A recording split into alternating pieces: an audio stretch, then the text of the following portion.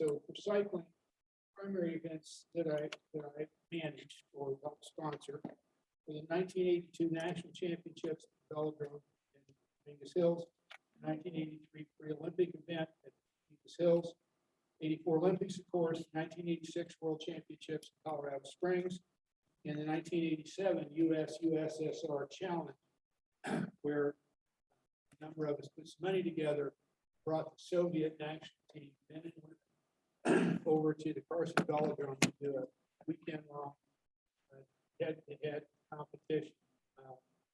That's where the Olympic sprint event was invented by Cliff Halsey to entertain the crowd. Remind me later about a funny story with Will Chamberlain at that event.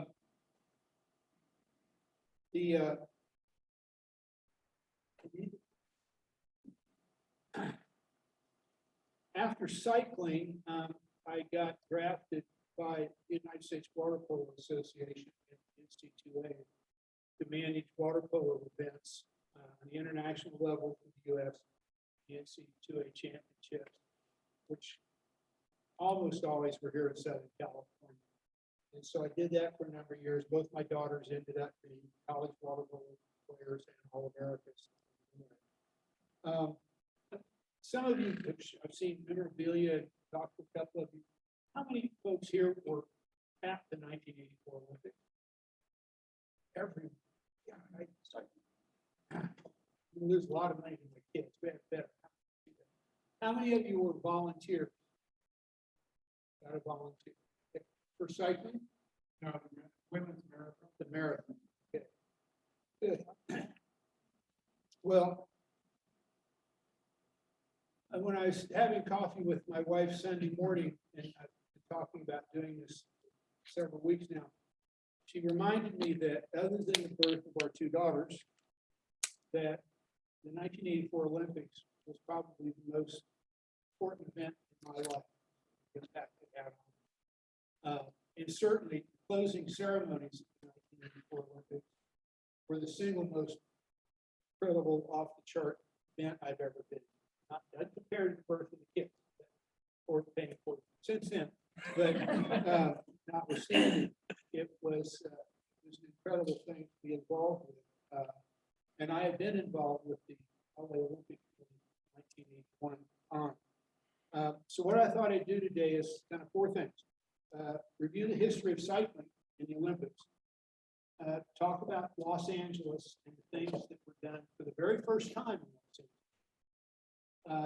We'll dive into the competition. I've got some videos that Bert and Daniel will help me out with to show to keep me talking. And then, if you'll bear with me, we'll go behind the ropes, and I'll tell you about some of the things that happened that people didn't see. Most people think the 1984 Olympics as this seamless event where nothing went wrong, everything was smooth, everything was wonderful. A lot like a computer user interface. It looks great on the surface because everything behind it's really complicated. So I've got some episodes that I was involved in, some that I just observed, and others may or may not be true. Okay, so cycling in the Olympics, 1896, Coubertin put the Olympics together. And one of the first sports he put in was cycling. Why cycling? Well, in 1896, cycling was the biggest spectator sport in the United States. And it was one of the biggest spectator sports in Western Europe. It was an incredibly important sport here in the United States. In 1890, we'll call it 1901, go to that. Over 100 velodromes in the United States in 1901 versus 16 Major League Baseball. Okay. All those velodromes ran anytime they could, weather permitting. Madison Square Garden was built, first one, for cycling. The first event at the LA Coliseum, 1932 Olympics, of course, before that, was cycling. Chicago Stadium, Chicago, first event, cycling. It was huge. How huge? Ty Cobb was considered one of the greatest baseball players in history of baseball, and certainly in his era was perhaps the greatest. 1910, 1911. Cobb refused to sign his contract with the Detroit Tigers saying, I want to be paid like a cyclist. And he held out and he got $10,000 for the whole year. That year, Frank Kramer, U.S. national cycling champion, for the 5th out of his 7 consecutive times, had a base salary of $20,000. And with his winnings racing, don't know about the camping stuff, but with his winnings racing was over $50,000. It kind of kept things in perspective. So in the 1896 Olympics, there were 5 events. Where did I write that down? Well, I can remember. There were 5 track events and 1 road event. There was a men's road race. There was a sprint, 200-meter max sprint, the only event that still competed other than road race on the track. There was a 10-kilometer race, a 100-kilometer race, 12-hour race, and a 750-meter kilo. I can't explain why. So now it's a 1,000-meter race, but they only race for 750 meters. That was it. The 6 events. 1984, we had, what was it? We had 5, 6, 7, 8 events. 1984, we had track sprint, we had the points race, the kilo, the individual pursuit, the team pursuit. The sprint again continues on, not others. We had a men's road race in 84, men's team time trial, 100-kilometer time trial, and the women's road race. 2020, the Olympics just completed. 22 cycling events. Now this is interesting because in 1996 at Atlanta, the organizers canceled cycling. They were not going to have cycling. You can thank Japanese television for saving. Japanese television explained to the Atlanta organizers that if there's no cycling in Japan being the 2nd or 3rd biggest spectator sport with K-Ren racing, whole another story. The inventor of that K-Ren racing, by the way, is a fellow from Pasadena, Charles T. Gilbert. Man. Anyhow, Japanese television said no cycling, no Japanese television. So Atlanta relented, built a quick velodrome. No, it wasn't great. We were there. So in 2020, we had 6 events for the men, 6 events for the women on the track, and then we had road racing team time trial for both mountain bike, BMX, and freestyle. 22 events. So if we can run the men's road race finish. This is Mission Viejo, July 29th, 1984. Second event of the Olympics. We're just getting it started. Coming. Here it comes. So I need to just share screen with people. Can you do a full screen? I will, but I need to share the screen. Is everybody able to hear me okay? Okay, yeah. Okay, so when I play it, other people can see it as well. Okay, men's.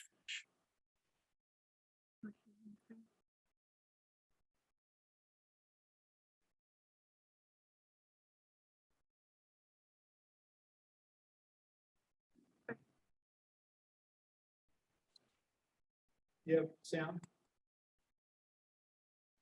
I'm muted. Oh, you have to speak. Oh, no, I'm sorry. Well, I'll narrate it for you. So this is Alexi Graywall and Steve Bauer. Bauer, the Canadian, Graywall, the American, who wasn't even in the event a week before. This is they're in the last 600 meters. And Bauer's leading out. The announcers, by the way, you can't hear Al Michaels and Greg Munn. Al Michaels was very disappointed he got assigned cycling to the 84 Olympics. He became a fan as things went along.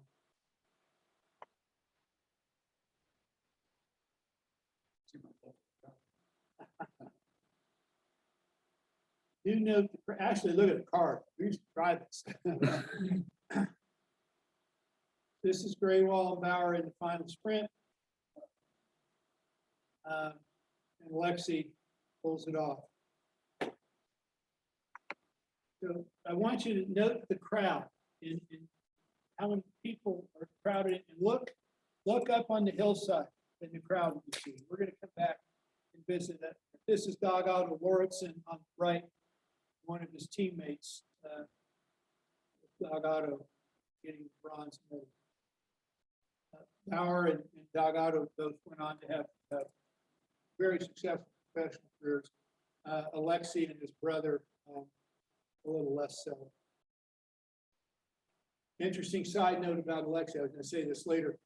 He never saw his bicycle again after this moment. He got off his bike and he dropped it where he was. He walked away from it. Nobody thought to pick it up. Well, somebody did, because they took it home and put it in their garage. But the rest of us didn't see it. So that that's enough of that. Okay. Without the sound, we miss all the inane comment. So I wanted to point out the crowd here for a moment and talk about volunteers. We have one gentleman who worked as a volunteer. That's what I was. I was a volunteer venue manager. I ran the road race, Mission Viejo, the velodrome. 4 days we had races up there, and then the team time trial, which was on the Artesia freeway. I guess always on the But what I want to point out is volunteers and how important these Olympics work because of volunteers. Helsinki in 1956, they used less than 2,000 volunteers.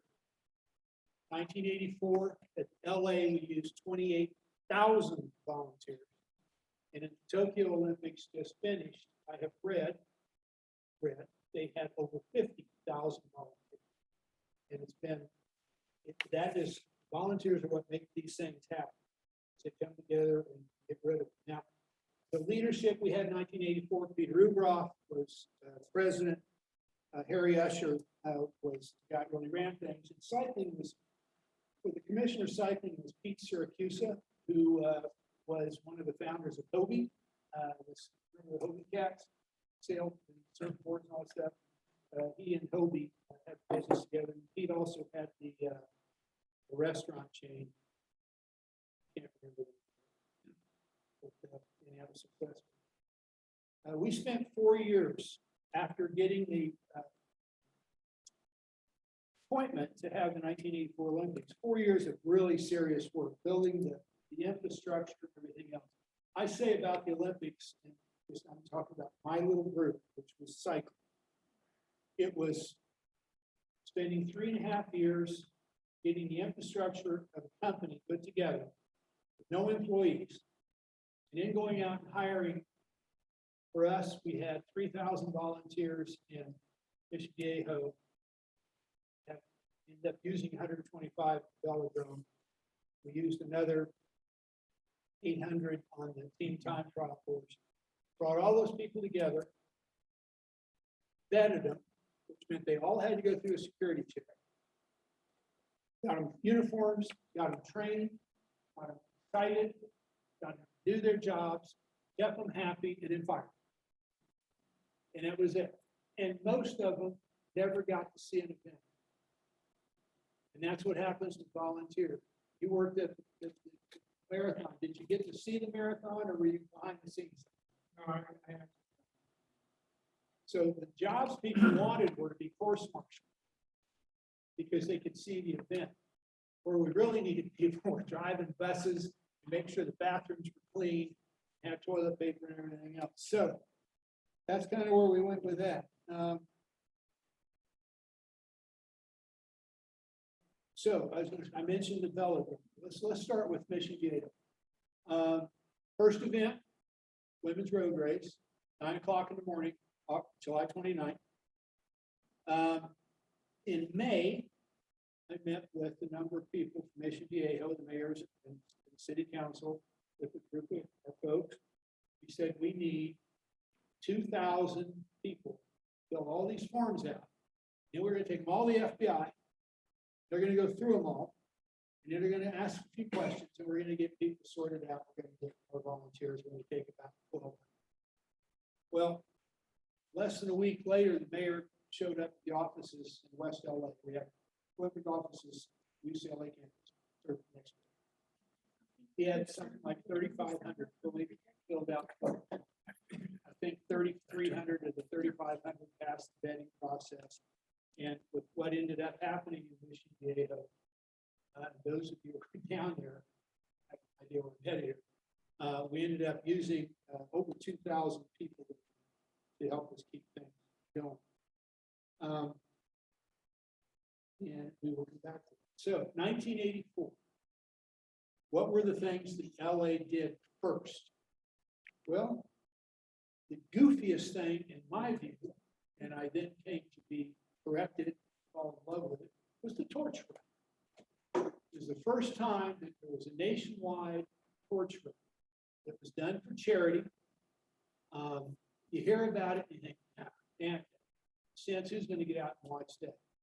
Well, when the Soviets in the Eastern Bloc announced they weren't coming, many of us were in Switzerland at Busan for an Olympic meeting.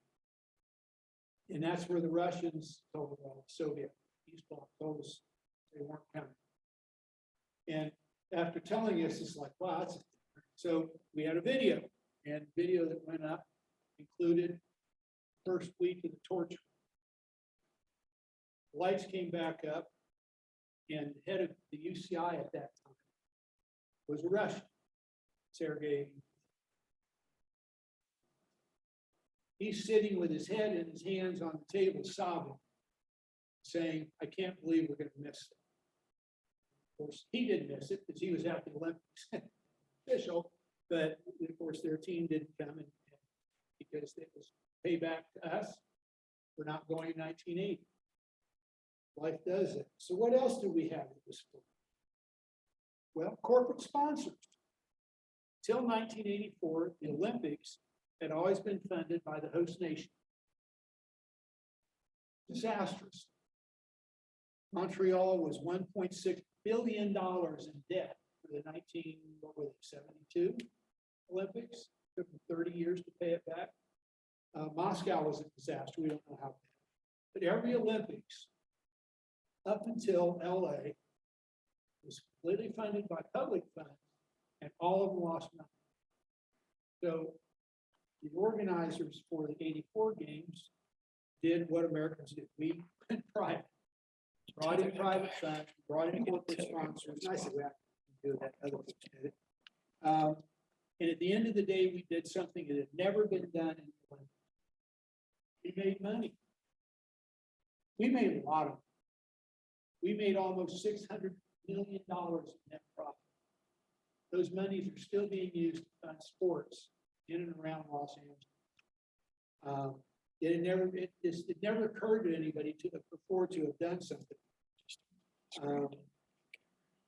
Now it's de rigueur to have corporate sponsors, and of course we now also have professional athletes. We had no professionals in 1984. Possible exception, you could say, is some of the minor league soccer players, minor professionals, if you will, that no other sports, they're all theoretically amateur, but not so much. Okay, can we do the women's Yes. road race? Now, And that's the other thing. I maybe wanna with say. sound. That's the other first that happened in Los Angeles. The first women's cycling event. 1896 to 1984, 86 years, no women cycling. We got a road race. We tried to have 3 track events, sprint, a kilo, and pursuit. I can't remember if it was individual team pursuit, and UCI said no, so we didn't get to do it, just the women's road. The men's race was 129 miles. The women's race was almost 50. The men had 135 starters. 55 finished. Do the math.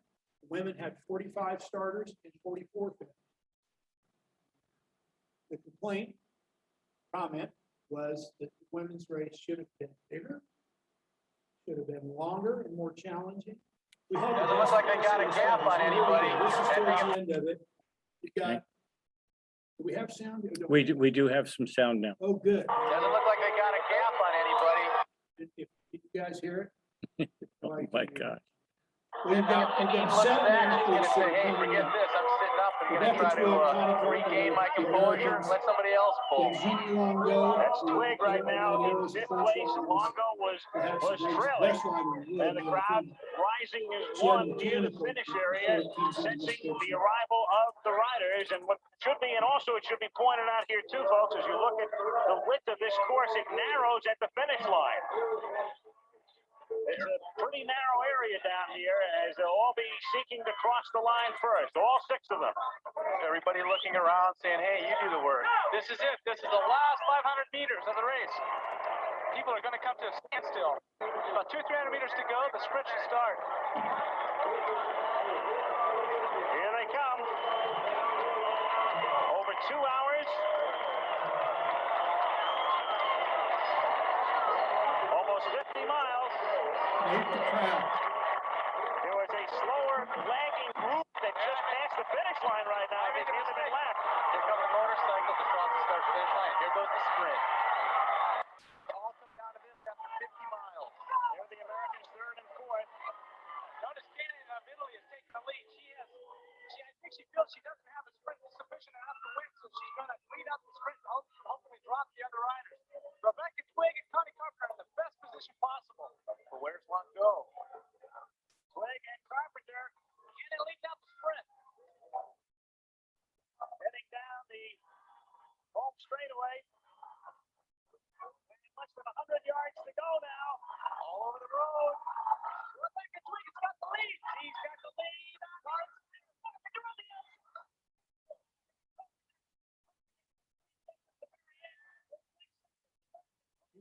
Crowd.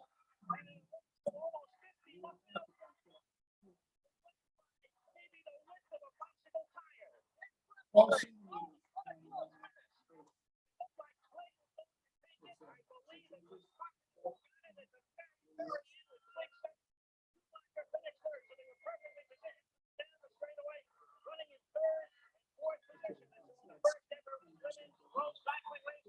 so I'm going to jump into one of those behind the ropes background.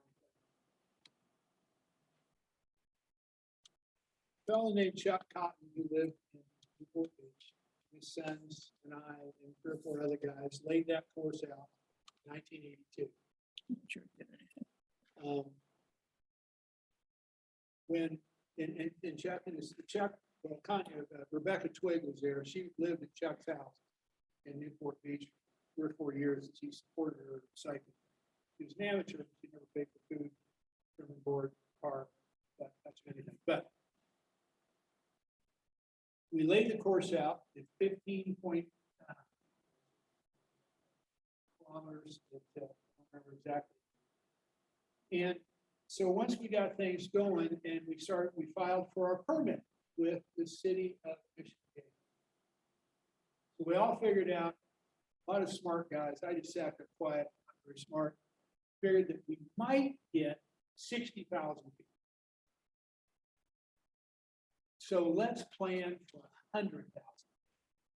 So we'll have enough toilets and enough toilet paper and enough concessions and enough security people and enough security guards and enough parking, enough everything for 100,000 people.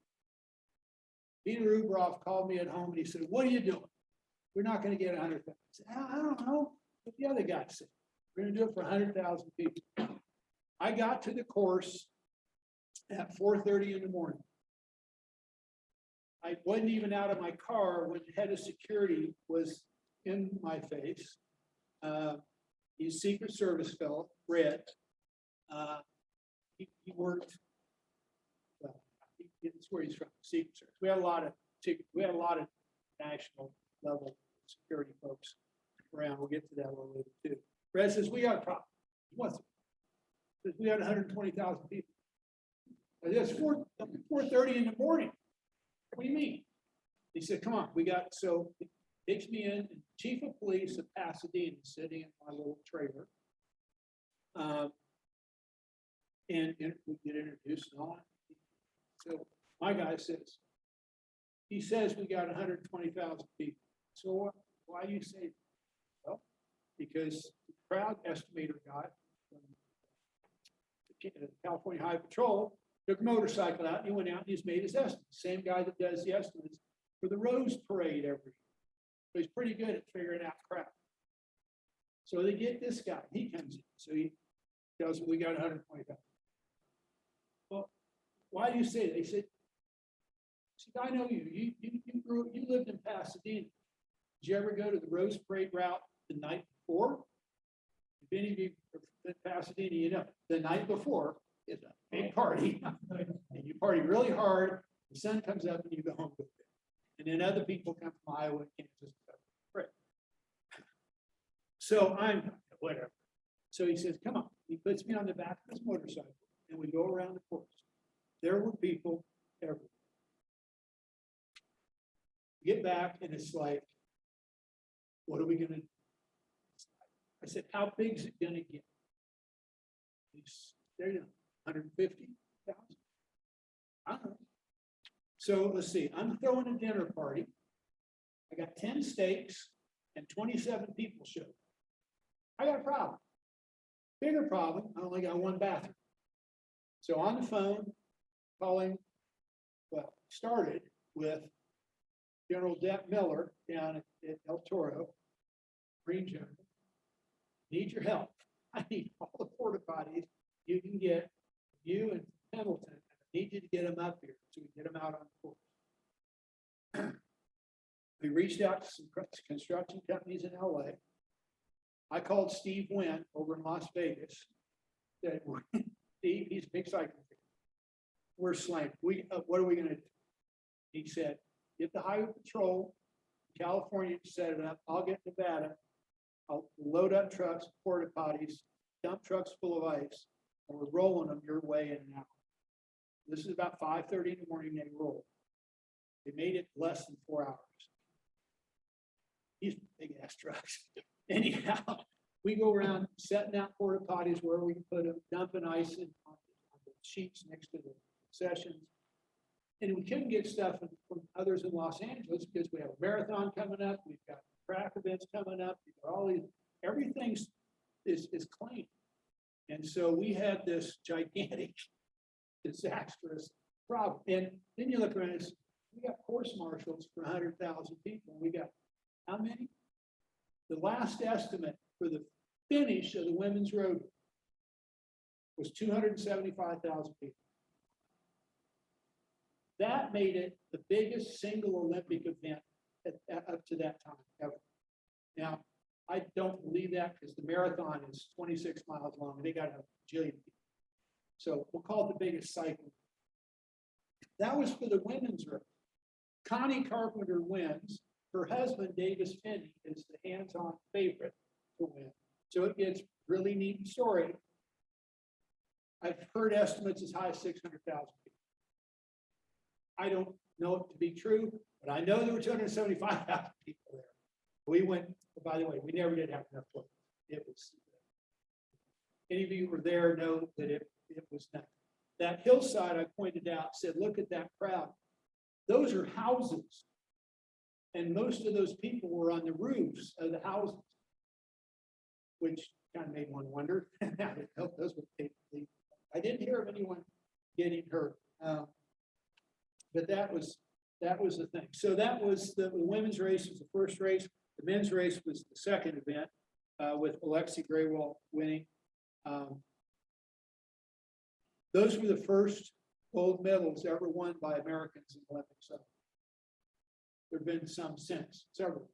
Got one of the time trials, three. And we've also had some folks win them medals have been taken away. People may not remember that. Lance, he had a bronze medal taken away. Forget the other guy, had gold medal taken away. So there was all of that sort of thing. So that finished, that was July 29th. August 1st, we started at the velodrome. So the velodrome was Cal State Dominguez Hills. corner of the 405 and Harbor Freeway, basically. Another corporate thing, built by the Southland Corp, well, funded by the Southland Corp, 7-Eleven, built on Cal State's Dominguez Hill, so they didn't pay for the land. It was designed, built, finished, and put into operation in less than 1 year. 333-meter concrete track, duplicate track was built in Colorado Springs for training. It was concrete, both of them, which meant there's no way they're the same. Concrete does two things, it's hard and it cracks. And so the cracks we got in different velodromes were different. So it's 333, 33-degree banking in the corners, 11 degrees on the straight. I race on it a lot. The reason I know it so well. 35-mile-an-hour neutral speed, which means at 35 miles an hour behind a motorcycle, you can close your eyes, take your hands off the bars, and the bike will track. Assuming you got a good straight track, it really just wants to go straight. I don't recommend it for the faint of heart. Just a comment on that one. Yeah. This bike club OC Wheelmen had an event there. Oh, did you? The very same spot. But I had a chance to ride It was with a regular bike. It was a beautiful track. It Yeah. was it was an amazing track. It was a couple of interesting facts with it. Corner 3, which was the northwest corner, had a wrinkle. And because of the shadows, it was really hard to see that wrinkle. You knew right where that wrinkle was, and you could get your hip on the other guy, get him up on that wrinkle, you were going to lose it. Because he was going to give one of these and you could get away. It was pretty fun. 2 days before the event started for the Olympics, we closed the track to all the training. And unbeknownst to the riders, what we were going to do, we put in essence a Teflon coating. So we laid down this shiny gray, I can't remember, sheets of liquid, and there's magic going on. Lines getting painted, and the riders came out the night before the opening races. We let them ride the track. A lot of amazement, a lot of complaints. We wanted to make it fast as sea level start in the world. I think we did it because I'll show you a video in a few moments here of Mark Gorski in the first heat of the final of the max sprint, riding a 10.49, flying 200 meter, which was only 0.14 off the world record, which was set at altitude. We're pretty well marked fast, wherever it was. Sidelight, I tried to get Mark to come over tonight. But he couldn't. He was a couple weeks ago. He just couldn't get loose. He's living over in Palm Springs. Wonderful, wonderful young man. Yeah.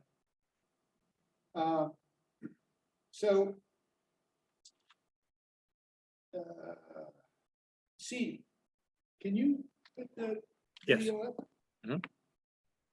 So as they're getting that spun up, the velodrome had 2,000 permanent seats, 1,000 on each side. For the Olympics, we put in an additional 8,000 seats. They were bleachers from the Rose Parade.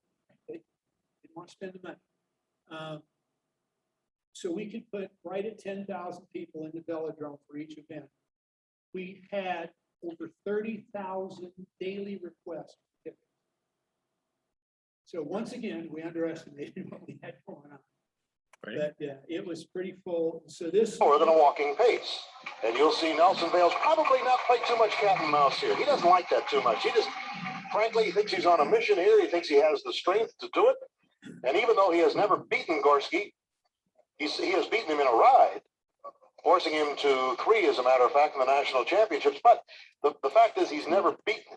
And that, I think, has been in his craw for a long time. But Nelson is continuing to excel at sprinting. You know, he's one of those guys who hasn't been around for a long time, so he's progressively gotten better and better and better. And who knows, this is the first time he's ever been here, the first time for Mark. So expect a lot from Nelson, but also expect a lot from Mark. You know, he's the #1 seed coming in here, one of the best in the world. Watching each other very, very carefully. This is 3 laps around, and they're just coming to the end of the first lap. Once Nelson Vales crosses the line, the obligation of leading ceases. And that's when, for the last 2 laps, the strategy really takes place. Neither man wanting the other to break out too far. In case you're watching your first match sprint, the reason you don't want to lead is because it's harder to pedal. You have to get out there against the wind resistance. So if you can slide in behind your opponent, follow with the slipstream, you're better off. Then save it for the last 200 meters or so, slingshot around and power your way to the finish line. Both riders going pretty slow on that banking. It's going to be critical that they don't flip that right pedal on the upside of the track, because if you do that, your back tire lifts off the ground, Commentators lose your Eric traction, and down you go. You get yourself up a little bit. These bikes are fantastic. They only weigh about 13 pounds. And no brakes. No brakes on these things. All right, here they come around with a lap and a half to go.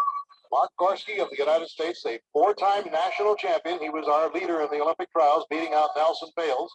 When they sprint, And beating him rather handily in Colorado Springs. Bales being able to get in here when the Eastern Bloc and the Russians decided not to come. It opened up 2 from each country instead of 1. And now, here's the man with the mission up high going on the outside. See Gorski holding him off the unit track, trying to back him off, and now Gorski's going for it. Head down. This is it. This is the sprint. Now it's sheer power down the main straightaway. Gorski's in front. Here comes Bales. He's not going to have enough to do it. And Gorski wins it.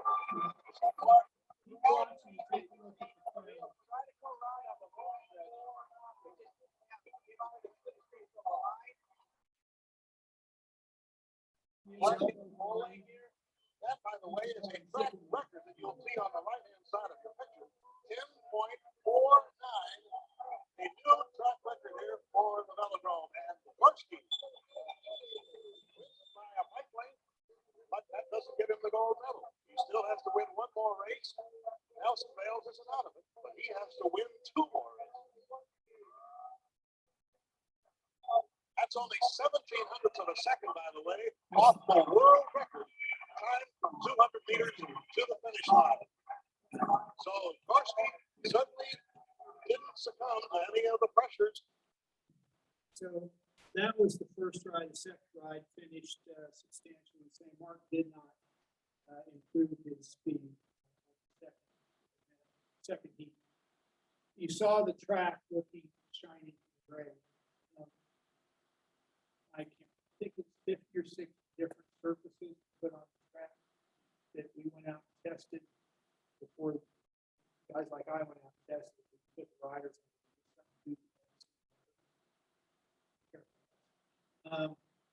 the surface we put down cost close to $100,000.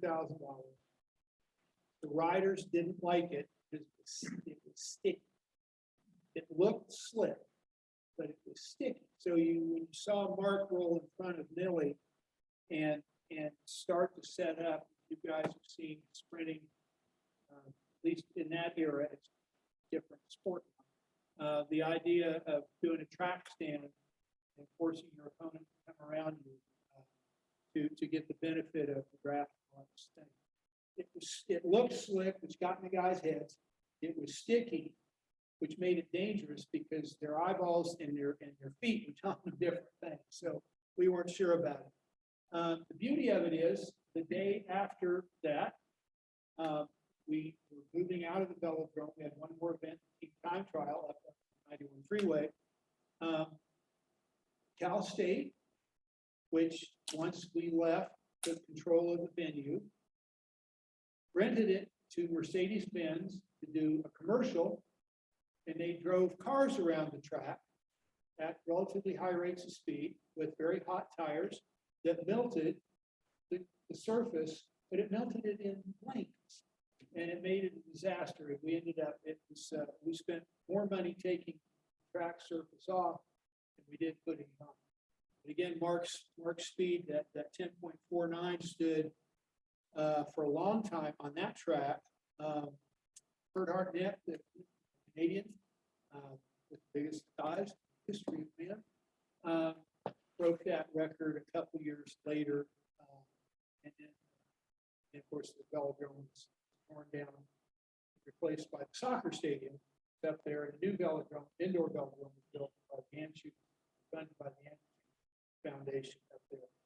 If you've not been up to see that track, really recommend you do. Number of international events up there throughout the year. That Carson. It's in Carson. Yeah, It's right down the hill from where this was on campus. It's, Near Stalker Stadium. yeah, it's just past the soccer train, coming back towards the 405.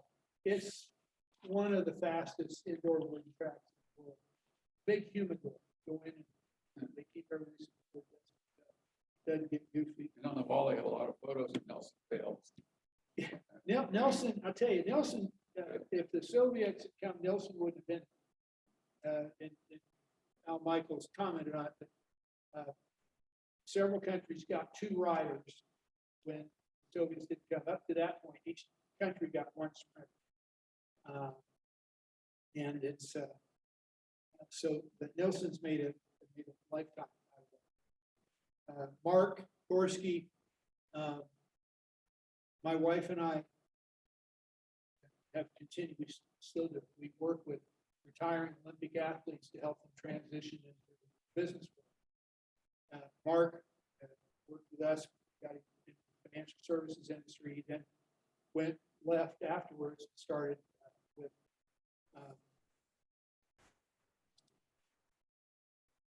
guy from Montgomery Securities. They started what became the 7-Eleven, Tailwind Sports, became 7-Eleven, and then Postal Service team. You know, those are just sponsors. They don't own the team. They're just writing checks. But the team was actually Tailwind. Mark was general manager of that sport, of that team, and I was general counsel. The crowds were amazing there. We just, again, undershot what we thought we could do. So the next event, whoops, okay. Final event was the team time trial. It was the next to last Olympics that the team time trial was at, or tested. 100 kilometers. We set up a course on the 91 freeway, 25 kilometers out. They went out, back. So it was 15.9 miles. That's 25 miles. Yeah.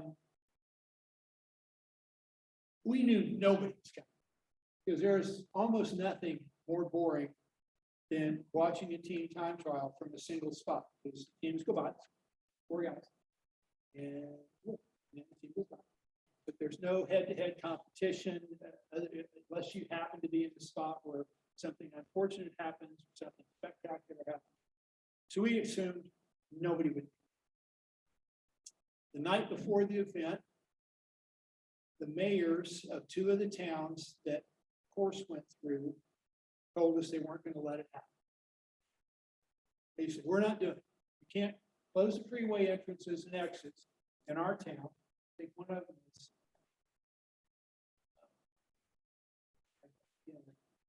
got that old age thing. I don't remember the names of it. City of Industry. It's not going to let it happen. So they're just adamant. We're sitting around the everybody's humbling stuff. So I thought, well, you know what? I'm tired. But here's the deal.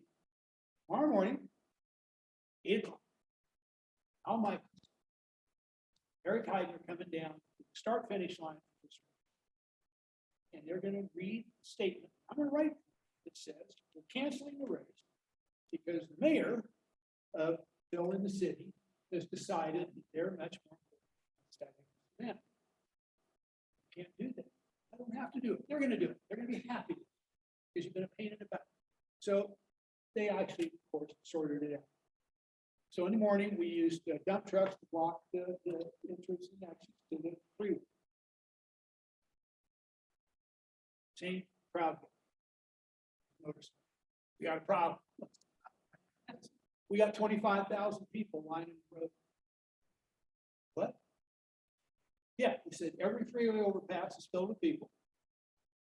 They're down leaning against the wire fences to get a look. And so we got to, what's the problem? I don't know what to do. And he wasn't sure what the problem is, but he knew it was a problem. But it got better. This was one of the inside the ropes things you guys wouldn't have read about, I don't think. We're at the start finish line about 10 minutes before the start. top teams were Sweden, Italy, the US, and Norway. And we're kind of standing around in this line of vehicles pulling in. 2 black SUVs, black limousine, 2 black SUVs, 5 vehicles stopped 50 feet away. And from each SUV pours out 4 fellows with what we would call MP5, but automatic weapons, and they set up a phalanx around the door to the limo. I'm looking for cover. I don't know what's going on. Our guys with guns are now coming down out of the positions they were in. My security guy says, "Well, I hope our snipers can start shooting." Snipers? Didn't know we had snipers. He says, "Oh yeah, we've had them most of these outdoors."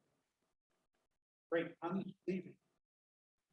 The guest, who I was then introduced to a few minutes later, to welcome him, was, what was his last? Olaf, hang on. Palme. He was the Prime Minister of Sweden. They have really outstanding. In fact, they were the reigning world champions.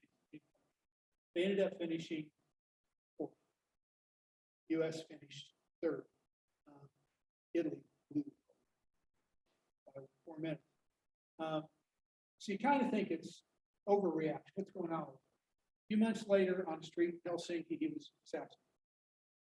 So, which was really unfortunate, obviously, but clearly he and his team recognized the risk that the rest of us did. The team time trial went off. It was as spectacularly boring as team trial ought to be, and so we don't see that anymore. All right. Up to this point, any questions, comments, or complaints? I can stop. How about Dr. Eric? It is Dr. Eric Hyde. You're absolutely right. And obviously, one of the few winter and summer Olympic athletes we have, and it's oftentimes cycling. Sure, they cross-train. The speed skating, and in fact, where Eric grew up is Kennesaw track is up there, and that was kind of that in Trexlertown, Pennsylvania, kind of many years hotbed of track cycling. Say when we were down to 11 Bellarmine. So interesting things that happen. I'm just going to take these kind of things. Okay, let's start with the day, 2 days before the Olympics. I was working, I'm an attorney, I practiced in Los Angeles, get a call, the security guy, Red, again, you got to come to the velodrome, we have a problem. That's a problem. I can't tell you, you got to come to the velodrome, we got a problem. So I get there, and there are a lot of police cars and a lot of helicopters. So I show my credentials, I get in, find him, he's standing on the rail looking down. What's that? Bomb. You called me to come down and couldn't you tell me on the phone so I could stay away? No, they can't find it. So what do you mean they can't find it? How do they know there's a bomb if they can't find it? I figured that out yet.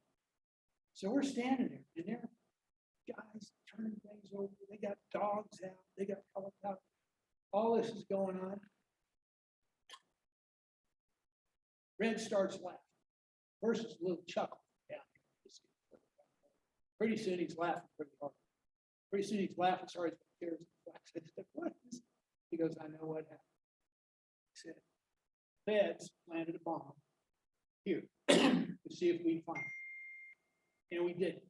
So now they came back to get it. But they can't find it. I said, I don't see the humor in it. I'm trying really hard, but I don't see the. He said, no. He said, I think I know what. I talked about volunteers.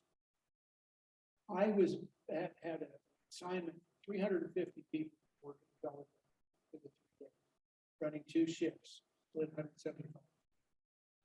Instead, I ran it with 125 people. who worked both shifts. But I handpicked most of those people. It was the president of Security Pacific National Bank, president of Bank of America, president of Transamerican Insurance, president of Missouri. Kansas City, Missouri. Chancellor of the University of Kansas, the head football coach of the University of Kansas, head football coach from Colorado State. I handpicked the people I wanted, put them in their jumpsuits, which if you looked at the videos, you'd see the management, we wore these god awful green sports jackets, and everybody else got their really nifty painters hats and overalls, the colors of the 1984 Olympics, which I think were pink and green. Anyhow, so we ran it with that small group of people, and we set up 4 gardeners that selected a single gardener, a Japanese man whose nickname is Yoki. That's what he answered. He had a little red pickup. He would drive around. He took that place to stop. My guy figures out. Yoki found the bomb. Thought it was junk. I'll bet it's in the back of his pickup. So he says, let's go look. I'm like, you go look. He said, it's not a real bomb. And that's what happened. Yoki had found this pile of pipes taped together with a clock. Picking up, doing the back of his truck, probably swearing that somebody junking up his place. They arrested him for whatever, and then we're going, now, you're not, no, he's not going with you. You're the guys that screwed this up. So just the choices are leave him here, or if you take him, then the LA Times is going to be down waiting for you. So everything got done, no bomb, and everybody was reasonably happy as that went on. Did Yoki get a bonus? Actually, Yoki was not a volunteer. He was a Cal State Dominguez Hills employee. He did. A lot of people did actually after the fact. Velodrome. We had no women's events, but we had an OBGYN on our medical staff. Again, called Peter Rubro. Dan, what are you doing? You got an OBGYN at your staff? Yeah. We have no women's events. Yeah. But my wife, Caroline's 9 months pregnant. And she's going to be here at the events. And we're not going to have, I'm not delivering a baby because I don't have to do that. So he kind of thought that was silly, but he didn't dock. But my wife was sitting in the stands, and George Harrison, the Beatle, shows up and brought down, seated next to her, so they're chatting. My wife, put it this way, when we go to England, we stay at Windsor Castle. So she was sitting with Mr. Harrison. I'm not working. And then our protocol officer comes down and mentions to my wife, one of your cousins is coming. Who's that? Princess Anne. Harrison hears this, because I gotta leave. How you gotta leave? Says, I can't be here in Upstage Royal. So what does my wife say? What about me? He didn't care. So he left, and we got the young princess in to take care of her. Joe Coors, any of you remember the Coors Classic races in Colorado, preceded by what was known as Red Zinger? I grew up in Kansas, so I raced the Red Zinger. That was my big event every year. I went. So I get we're at the road race. One of the guys comes out and goes, we have someone asking for permission to land a helicopter on our medical. Drop off someone in the lead. Well, who is it? It's Joseph Stewart. Got it. Come on. Dumb. Because I took him in, set him in the grandstands, start finish line of the men's road race with Augie Bush of Budweiser. And Augie Bush reaches out, grabs my sleeve, and he goes, Budweiser is the beer sponsor. The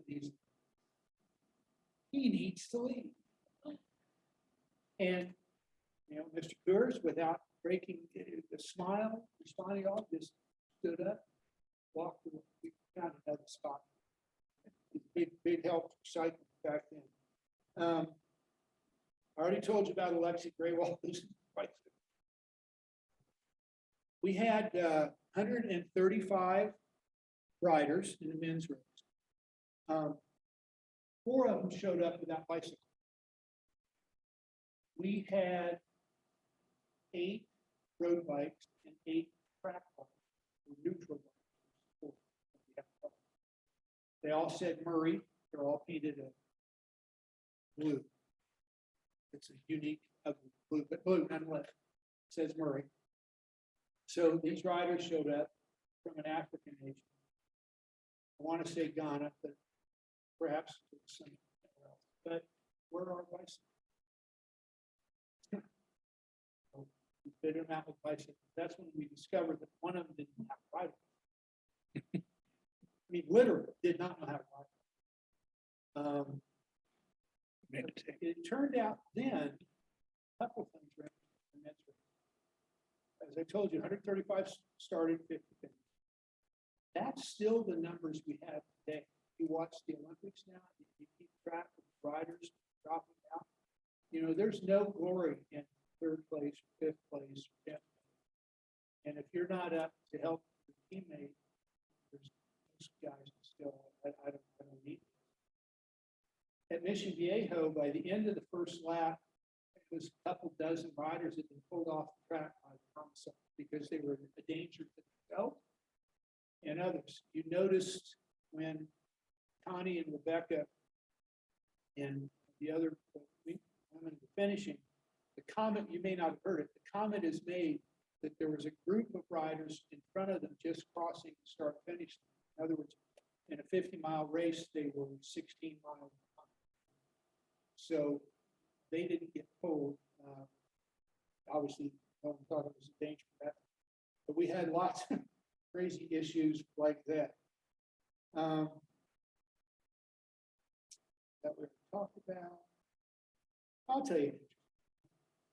I was walking through the infield at the velodrome, and I see this fellow in an Australian uniform carrying towels. It's on the egg. How he looks. And I walked up to him. Bob. Walks away. You look familiar because he was a friend of mine, Secret Service. He worked. He worked counterfeit in LA. And he had been implanted in the Australian team. And it turned out that in each of the cycles, we had at least one security agent implanted. And I have no doubt similarly true in other sports, which is a method to keep track of what guys are doing. Just think, the Eastern Europeans, what a benefit that is. And so afterward, Bob and I got together after the Olympics a few weeks later. He told me that if he'd been armed, he would have shot me. And he probably meant it. So the final thing I'll bring up is 1988. The Korean Olympics. I consulted with Korea on setting up the operation. They know how to run it. Have professional track racing. But things were kind of dicey. North Korea was rattling their sabers a lot, a lot of noise, a lot of threats, a lot of stuff going on. Korea wasn't quite ready. Now, the ruling is you have to have your venue finished and conduct a full-on international event on your venue within a year of the start of the Olympics. Their velodrome wasn't ready the day after the cycling. And others, but the IOC had a meeting here in Los Angeles with Peter Uberoff, Harry Usher, smart people, and 2 or 3 of us that had run venues successfully. They wanted to bring us the Korea Olympics in '88 to Los Angeles. And there was a lot of enthusiasm in the room to do that, except for me. And Uberoff finally said, Harkins, everybody seems excited about this. Why aren't you? I said, because I can't do it. Is he? I said, no, I can't do it. I can't go to the same people I went to before and say, I have once in a lifetime opportunity. Again, you can catch lightning in a bottle once, tough to get it twice. And it turned out Korea fine, mostly everything I heard. And we didn't. But 2028, Los Angeles, is that right? It's 28, right?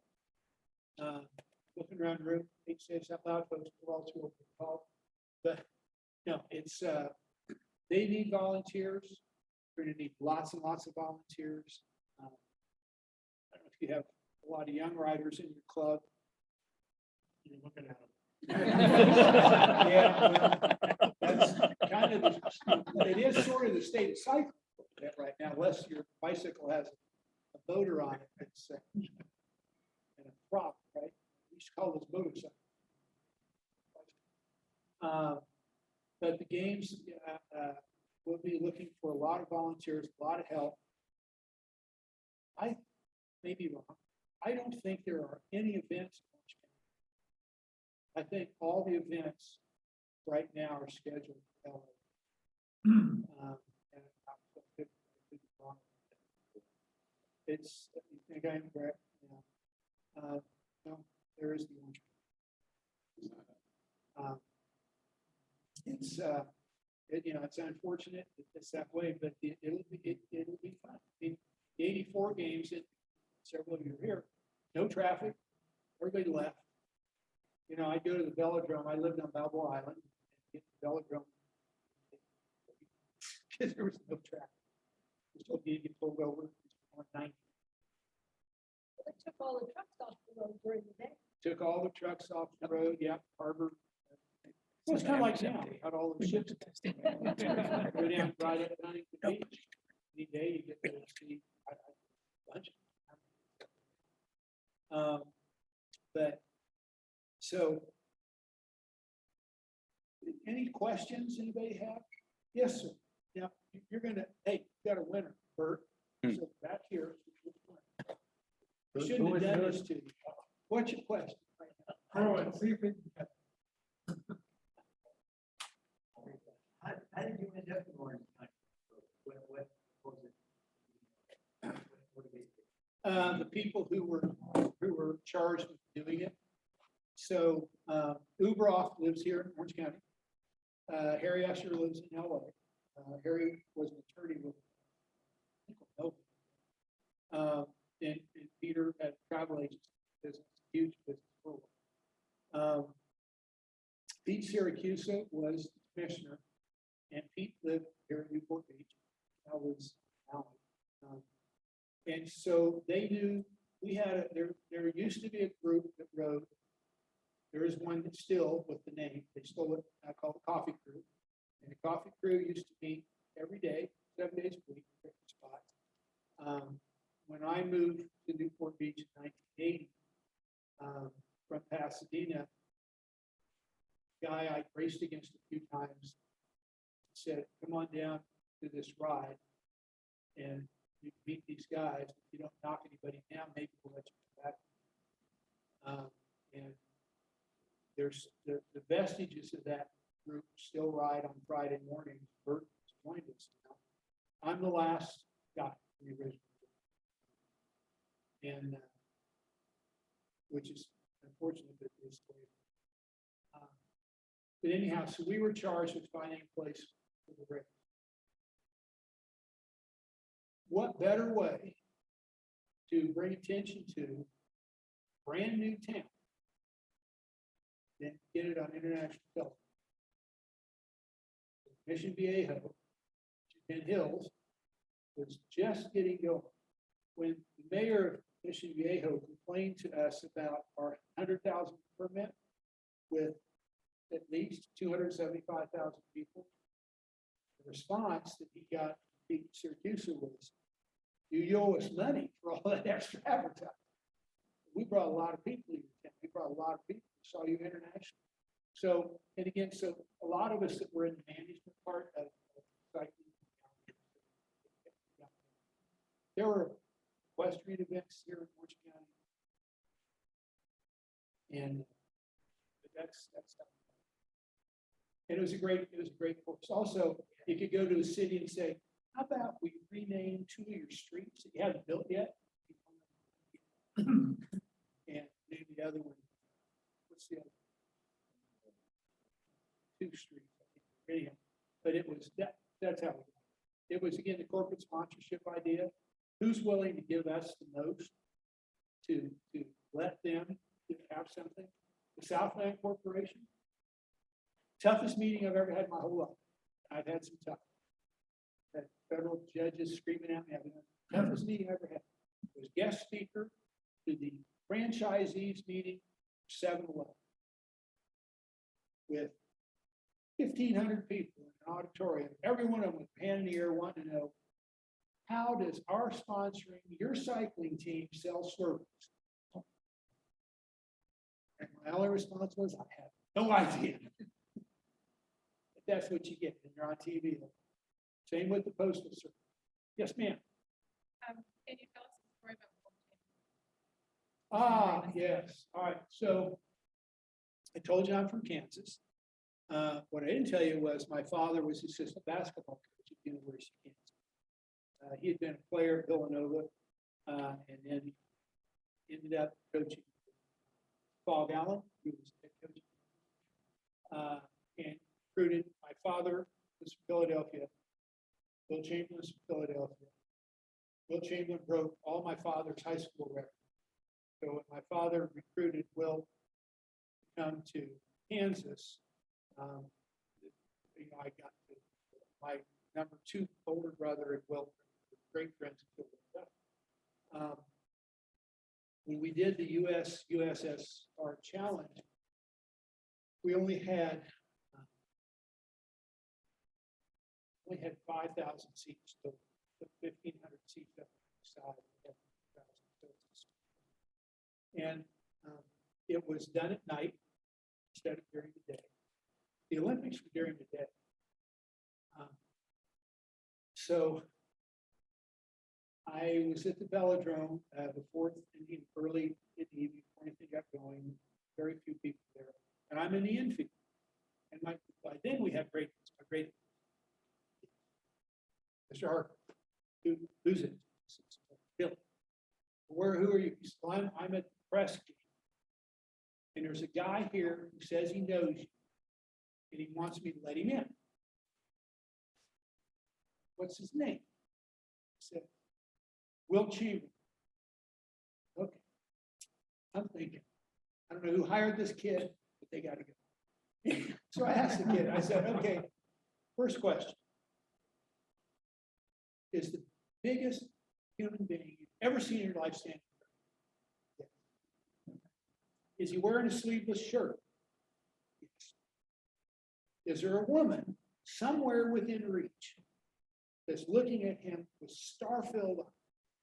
He said, yes, she's the reporter for the LA Times who wants me to let him in. Let him in. So Will came down. I went up, got right down to the infield. And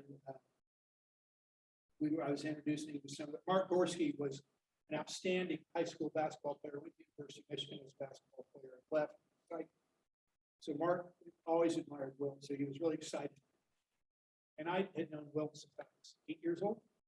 He used to come to my family homes, mom's fried chicken, and get his check.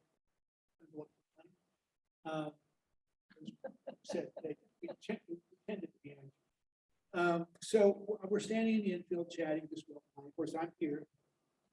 And there's this velodrome is a big hole and sound carries. And this voice booms out. Mommy, who's that big black man with my daddy. Will reaches out, puts his hand on top of it. Have a daughter? I said, dude, we're gonna go do pictures. And he thought that was, he actually thought it was pretty funny. So what we did, the Soviet coach, Russians stayed away. They didn't, and they were pretty standoff. It was $100,000 prize. So, Soviet coach, who's das big man? It's always our new sprinter. Big bicycle. You know, I see play volleyball. So we used Will that night as our start. And he was very, very gracious. Very gracious. Any more questions? She didn't get her. Okay. Yes, sir. Well, it's my question. So you mentioned the torch. Yes, So the torch came down Coast Highway and went through Fashion Island. yes, it did. And so my buddy and I lived in Huntington Beach. We rode our bikes down late at night. And we rode our bikes along the torch. And there were hundreds of people out there to see the torch come. Yeah, It was just incredible. It was such a moving moment. You're saying you can't see my legs, which is probably a good thing, but I'm covered with because I was there. There were over 50,000 people in Fashion Island. And that was at that point the biggest cycling crowd there. I call it, because we later had a race up there, 60. It was very, and I'm glad you were there. It's the day before, the day before we started really loading up the velodrome, which was 3 days before the opening ceremony. I packed up the entirety of my crew, velodrome, on buses, and we went to a street corner in LA to see the torch. Because Pete Syracuse had the idea. He said, you know, I tell you, working with volunteers, it's really hard because they're giving you their time and their energy.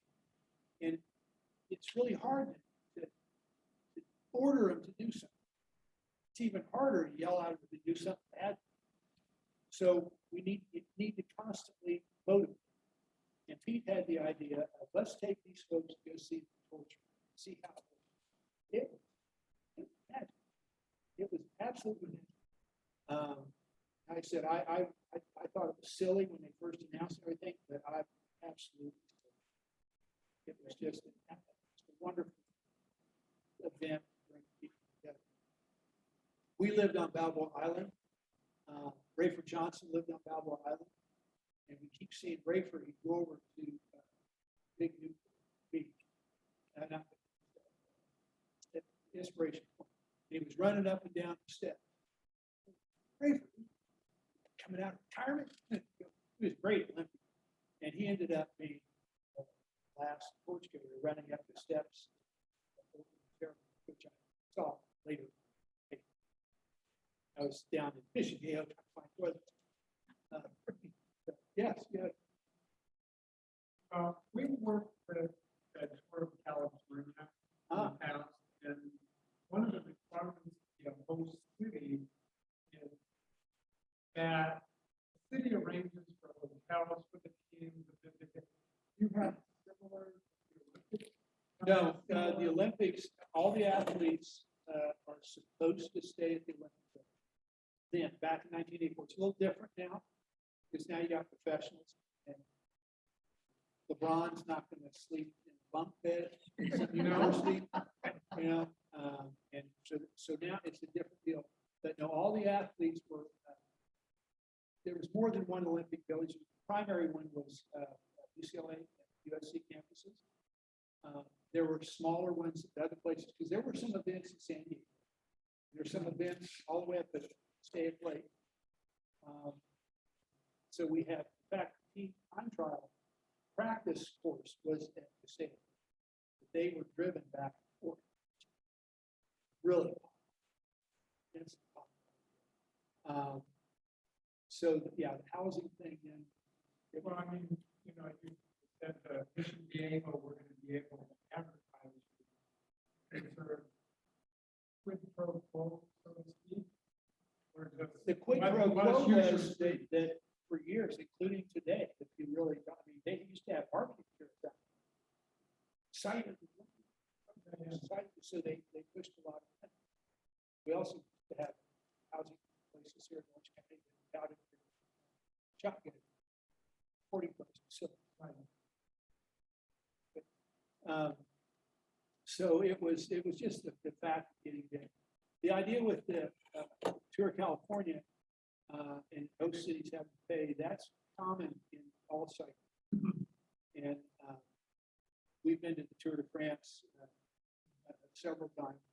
I traveled with the postal team. I've wanted, both of my daughters, I sensed were going to be athletes. And so I took them to the 2001 Tour de France, and we traveled with the postal service the whole race. And for them to get the idea that then we had 10-person team, 10 riders, but you got 100 people behind the curtain making things happen. And most of them are making things happen. Luggage, washing bikes, cooking food, being a sommelier, whatever. Taking care of the sponsors. So it was, but each city, each start and finish community for the tour pays a big fee. And housing is a big thing. I don't know if you guys know how the Tour de France works. Perhaps you do, but if you're the top 5 teams, the next year they don't pay any cost. They get all their housing free, and they get stipend for their food. And if you're first, you get the best hotel. It goes down because you get a little further down, especially in the continental team. It's not unusual to find the guy sleeping in the back of the and using a hose to take a shower. So it's there's the haves and don't have. And the Tour of California had a big state fund stipend to get it going quite a while. That I mean, there's really no major road races in the United States. It's just, I have a house in Park City, and the Tour of Utah still happens, but it's much smaller than it was. And we don't have Colorado anymore. California. Track racing was the last time I saw track racing. There's a period of time when we were trying to get Tour of California to come through Huntington Beach, Orange County, near, Yeah. and we can get it through because we're sponsoring surfing. Yeah. International surfing. We don't care about that. Right? They didn't want to put the money in the city. Well, I'll give you another thing. We had Greg LeMond's voice as the color on men's road race. When Greg won his second tour, I put on an event, fashion criteria, 60,000 people.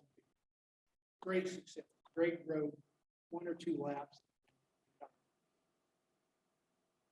He was almost as hungover.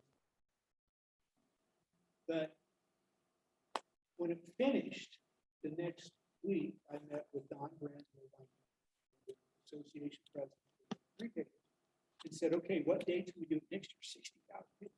They said, never again, ever, not no way, not no how. Are you going to shut us down the whole day? Because the shopkeeper's story is the only people who came in our shop, people who wanted to use the bathroom, whether we said they could or not. Nobody bought anything. People who wanted to come shopping here couldn't because they couldn't. Roads were closed, no parking, all that. So it's hard to put on an event somewhere. You have to keep doing it. And also volunteers. You know, you got to turn over, I don't know, 1/3 or 1/2 your volunteers every year. These people get burned out. Other questions? Can't see. Nope. Thank you. By the way, I did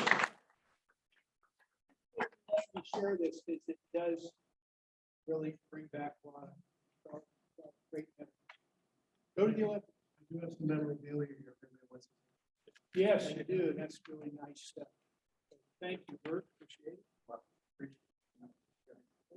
Hear the complete story, because I just got fractions of it, as we ride along. I'm working on the Wheelman hygiene products. We want to be the cleanest riders out there.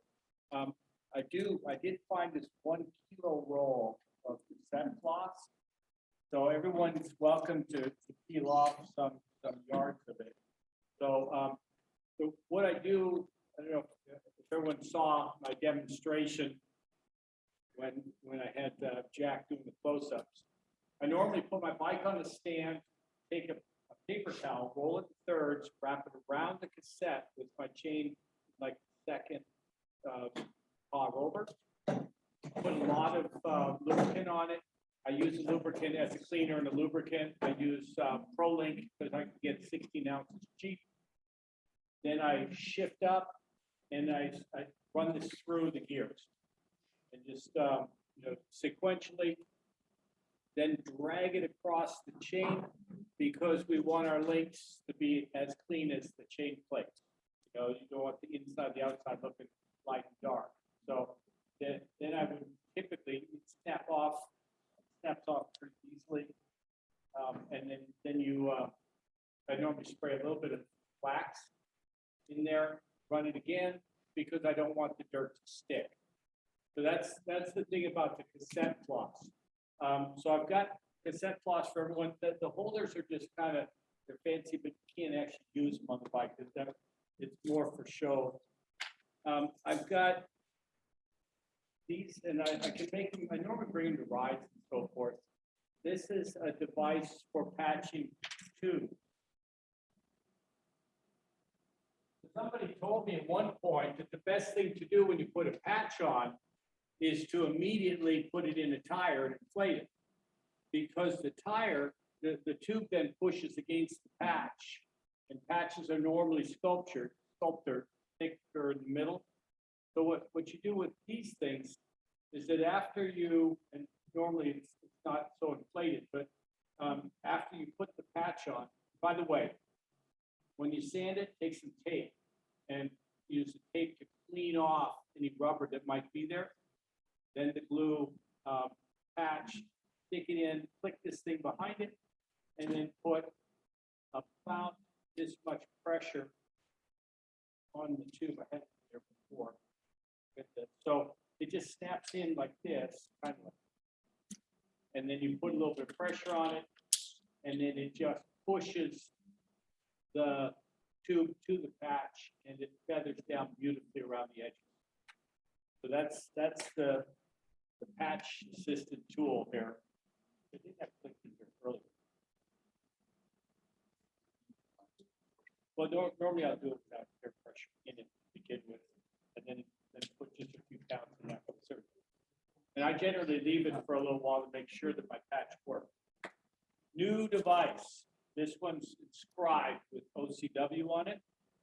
This is for cleaning your, I've heard of jockey wheels, idler wheels, the little pinchers here. You just put them on there, spin the chain around, and it cleans the grime off the jockey wheel. So this is the setup that I have in my current hygiene kit. I'm sorry I couldn't make it for everybody. Also tonight I've got, in addition, this is only for older people, okay? Not everyone can handle this. These are full automatic, solar powered hub cleaners. Normally I'll take like 2 of them, make them like a spiral, wrap it around the hub, maybe in an infinity shape, maybe larger, depending on how much action you want in there, and it will automatically keep your hubs clean for you. They're okay. So I've got these now. There is a rule. The Illuminati has 100 rules for cyclists. I checked those rules, and there is no rule that's opposing putting fuzzy hub cleaners in your hub. It may well be that nobody. Wait. According to the Illuminati, you will need to make sure that that color matches the animal. Okay, so I did bring a bunch of different shades in case anyone wants to do it. When I get a new bike, I normally turn into a bike snob. I finally put these in my new bike because I went riding with the Bobbies. And, you know, there was a whole bunch of them going up GMR and they all had my product on the bike. I felt like such a hypocrite. So I put some black ones a little bit subtle. But so I've got full automatic solar powered hub cleaners and cassette floss for everybody. Take some floss for sure, please, if you're bold and want to make a statement. And you know, I'm glad. Oh, what was that? Was that? Are you just stretching? Oh yeah, yeah. By the way, you know, Carrie has been phenomenal. You know, she's been prodding me appropriately to get everybody back together to meet in person. Also, Larry has arranged for a route on Saturday so we can ride the Olympic course. You know, when you heard them say the women were coming in after 50 miles in just like 2-some hours, so they're averaging close to 25 miles an hour. You know, I think that's 1,000 feet of climb for each loop. Is that? Yeah. Well, okay. How many people do everything? I rode it one time around. I'm just curious about how excited you'd be, you know, multiple times. But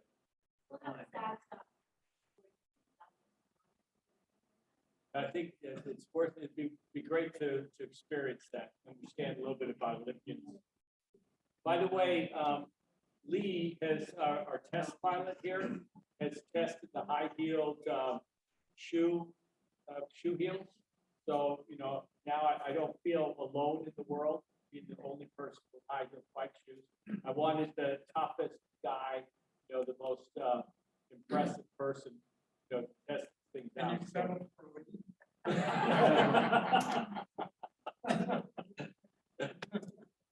So look forward to seeing you on Saturday, and thanks so much. And you know, it's so great to see that you're all three-dimensional, not just flat images on the screen.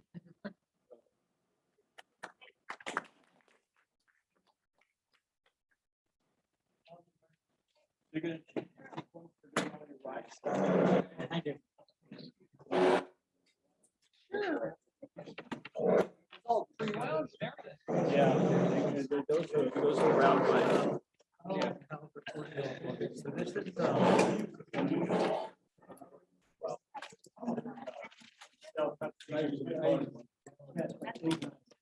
I got something left for you.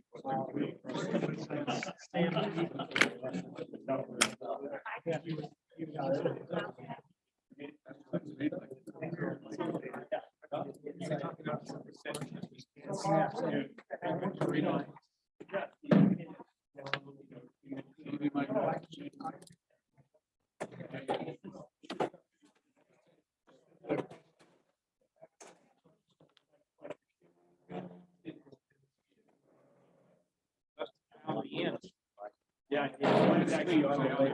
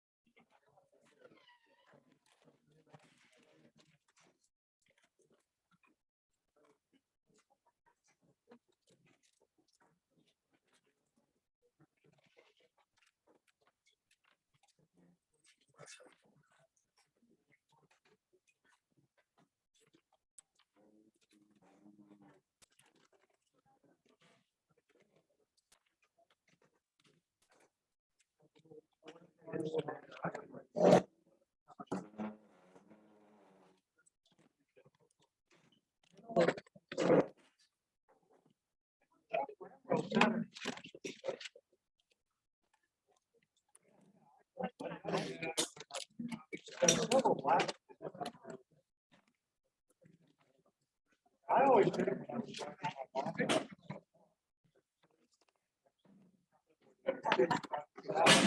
Heat? What? Heat? Oh. I want to turn off the light.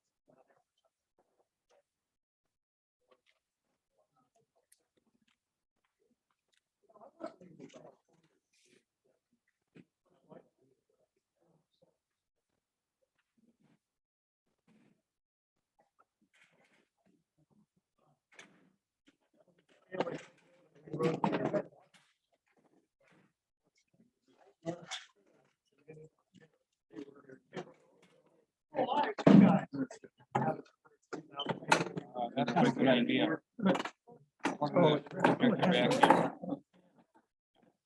Amazingly heavy.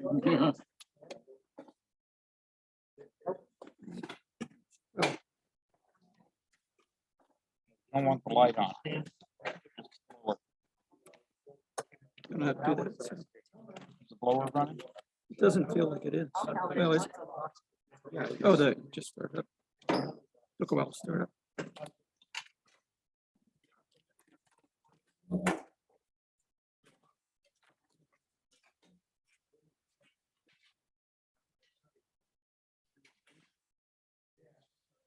For pizza? I did. Good.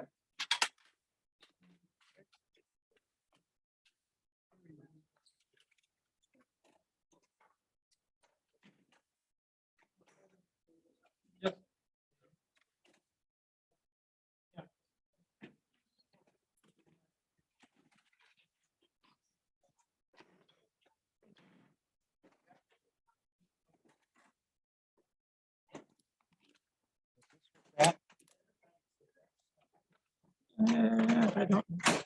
I got the parts.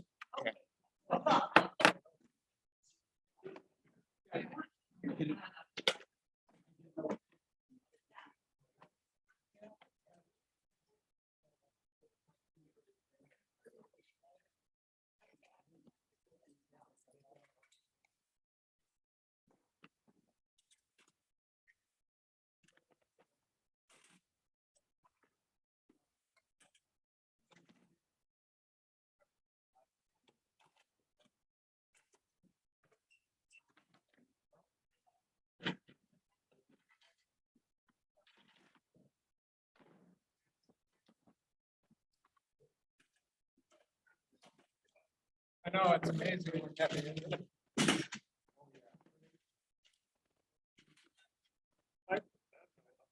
I know, the arms are just to prevent you from falling off the bike.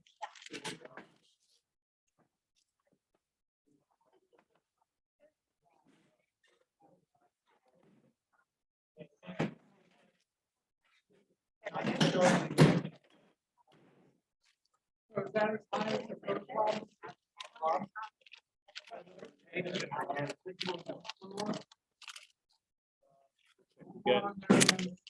Bring out the other one. This needs to stay with the speaker. Okay, yeah, I want to try to figure out how I can get rid of that.